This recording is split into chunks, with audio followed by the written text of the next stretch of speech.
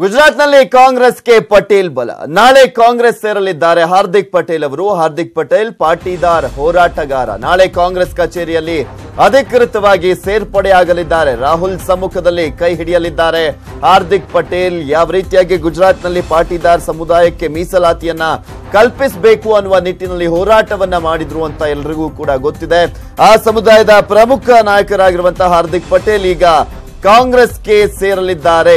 ಇಂದು ಅಧಿಕೃತ ಹೇಳಿಕೆಯನ್ನ ಕೂಡ ನೀಡಿದ್ದಾರೆ ಹಾರ್ದಿಕ್ ಪಟೇಲ್ ಅವರು. ಕಳೆದ ವಿಧಾನಸಭಾ ಚುನಾವಣೆಯಲ್ಲಿ ಕಾಂಗ್ರೆಸ್ಗೆ ಬೆಂಬಲವನ್ನ ಕೂಡ ಸೂಚಿಸಿದ್ರು, ಕಾಂಗ್ರೆಸ್ಗೆ ಬೆಂಬಲವನ್ನ ನೀಡಿದ್ರು ಹಾರ್ದಿಕ್ ಪಟೇಲ್. ಸೊ ಹೀಗಾಗಿನೇ ಕೆಲವೊಂದು ಕಡೆ ಕಾಂಗ್ರೆಸ್ ಜಯಬೇರಿಯನ್ನ ಕೂಡ ಬಾರಿಸಿತ್ತು. ನಾಳೆ ಕಾಂಗ್ರೆಸ್ ಸೇರಲಿದ್ದಾರೆ ಹಾರ್ದಿಕ್ ಪಟೇಲ್ ಅವರು. ಗುಜರಾತ್ನಲ್ಲಿ ಮತ್ತಷ್ಟು ಶಕ್ತಿ ಸಿಕ್ಕಂತಾಗ್ತಾ ಇದೆ ಕಾಂಗ್ರೆಸ್ಗೆ ಬೆಂಬಲವನ್ನ ಸೂಚಿಸ್ತಾ ಮತ್ತು ಒಂದ್ ಕಡೆ ಅವರು ಕಾಂಗ್ರೆಸ್ಗೆ ಜಾಯಿನ್ ಆಗ್ತಾ ಇರುವಂತ ಹಿನ್ನೆಲೆಯಲ್ಲಿ 12 तारीख को यानी कि 12 मार्च को कांग्रेस पार्टी में ऑफिशियली जुड़ेंगे। प्रेसिडेंट राहुल जी और उनके सभी सीनियर लीडरों की हाजिरी में, उपस्थिति में बात रही अच्छा काम करने की, युवाओं और किसानों के मुद्दे पर आवाज़ उठाने की, तो अच्छा करने का प्रयास करेंगे और प्रयास यही रहेगा कि पार्टी के प्रोटोकॉल में रहकर यूथ और फार्मर्स की आवाज़ उठाए। तो कानूनी कोई मुश्किल या नहीं रहेगी, तो बिल्कुल पार्टी की ओर से जो भी सीट का ऐलान होगा हम करेंगे। प्राथमिकता हम जामनगर लोकसभा सीट से चुनाव लड़ने का प्रयास करेंगे। ಮತ್ತೆ ಖ್ಯಾತೆ ತೆಗೆದಿದೆ ತೃಣಮೂಲ ಕಾಂಗ್ರೆಸ್. ಚುನಾವಣಾ ವೇಳಾಪಟ್ಟಿಗೆ ಅಸಮಾಧಾನವನ್ನು ವ್ಯಕ್ತಪಡಿಸಿದೆ. 7 ಹಂತದ ಚುನಾವಣೆಗೆ ಟಿಎಂಸಿ ಗರಂ ಆಗಿರುವಂತದ್ದು. ಬಂಗಾಳದಲ್ಲಿ 7 ಹಂತದ ಚುನಾವಣೆ ಯಾಕೆ ಮಾಡ್ತಾ ಇದ್ದೀರಾ? ಆಯೋಗದ ಮೇಲೆ ಬಿಜೆಪಿ ಪ್ರಭಾವವನ್ನ ಬೀರಿದೆ ಅಂತ ಅಸಮಾಧಾನವನ್ನ ವ್ಯಕ್ತಪಡಿಸಿ ಆಕ್ರೋಶವನ್ನ ವ್ಯಕ್ತಪಡಿಸಿದೆ. ಬಂಗಾಳದಲ್ಲಿ 7 ಹಂತದ ಎಲೆಕ್ಷನ್ ಕೂಡ ಇರುವಂತ ಹಿನ್ನೆಲೆಯಲ್ಲಿ ಅಸಮಾಧಾನವನ್ನ ವ್ಯಕ್ತಪಡಿಸಿದೆ. ಮೇ 6ರಿಂದ ರಂಜಾನ್ ಮಾಸ ಶುರುವಾಗಲಿದೆ. ರಂಜಾನ್ ಮಾಸ ಶುರುವಾದ ಮೇಲೆ 3 ಹಂತದ ಚುನಾವಣೆ ಇದೆ. ವೇಳಾಪಟ್ಟಿಗೆ ಟಿಎಂಸಿ ಸಚಿವ ಫಿರ್ಹಾದ್ ಹಕೀಂ ಆಕ್ರೋಶವನ್ನ ವ್ಯಕ್ತಪಡಿಸಿದ್ದಾರೆ.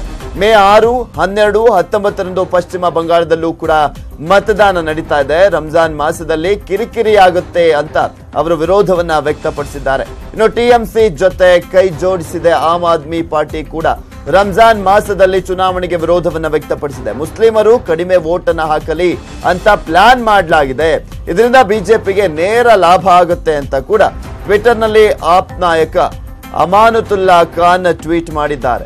ಟಿಎಂಸಿ ಮತ್ತು ಆಪ್ ನಾಯಕರಿಗೆ ಬಿಜೆಪಿ ತಿರುಗೇಟನ್ನ ನೀಡಿದ್ದಾರೆ ಕೇಂದ್ರ ಸಚಿವ ವಿಕೆ ಸಿಂಗ್ ಅವರು. ರಂಜಾನ್ ಮಾಸ ಪ್ರತಿ ವರ್ಷ ಬದಲಾಗುತ್ತೆ, ಚುನಾವಣೆ ನಡೆಯುವ ವೇಳಾಪಟ್ಟಿ ನಿರ್ಧಾರವಾಗಿರುತ್ತೆ, ಸುಮ್ಮನೆ ಆಯೋಗದ ವಿರುದ್ಧ ಆರೋಪಿಸಲಾಗ್ತಾ ಇದೆ ಅಂತ ಅವರು ಕೂಡ ಕಿಡಿಕಾರಿದ್ದಾರೆ.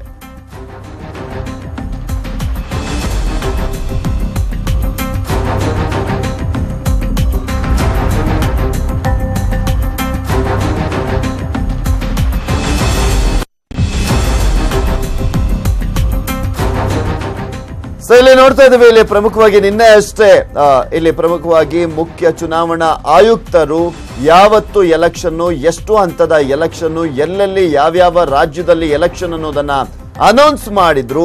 ಈ ಒಂದು ವಿಚಾರಕ್ಕೆ ಸಂಬಂಧಪಟ್ಟಂತೆ ಈಗ ತೃಣಮೂಲ ಕಾಂಗ್ರೆಸ್ ವೆಸ್ಟ್ ಬೆಂಗಾಲ್ನಲ್ಲಿ ಈಗ ಆಕ್ರೋಶವನ್ನ ವ್ಯಕ್ತಪಡಿಸಿದೆ. ರಂಜಾನ್ ಮಾಸ ಇದೆ, ರಂಜಾನ್ ಮಾಸ ಆದ್ಮೇಲೆ 3 ಹಂತದ ಚುನಾವಣೆ ಇದೆ ಪಶ್ಚಿಮ ಬಂಗಾಳದಲ್ಲಿ. ಈ ಒಂದು ವಿಚಾರಕ್ಕೆ ಸಂಬಂಧಪಟ್ಟಂತೆ ಅವರು ಆಕ್ರೋಶವನ್ನ ವ್ಯಕ್ತಪಡಿಸಿದ್ದಾರೆ.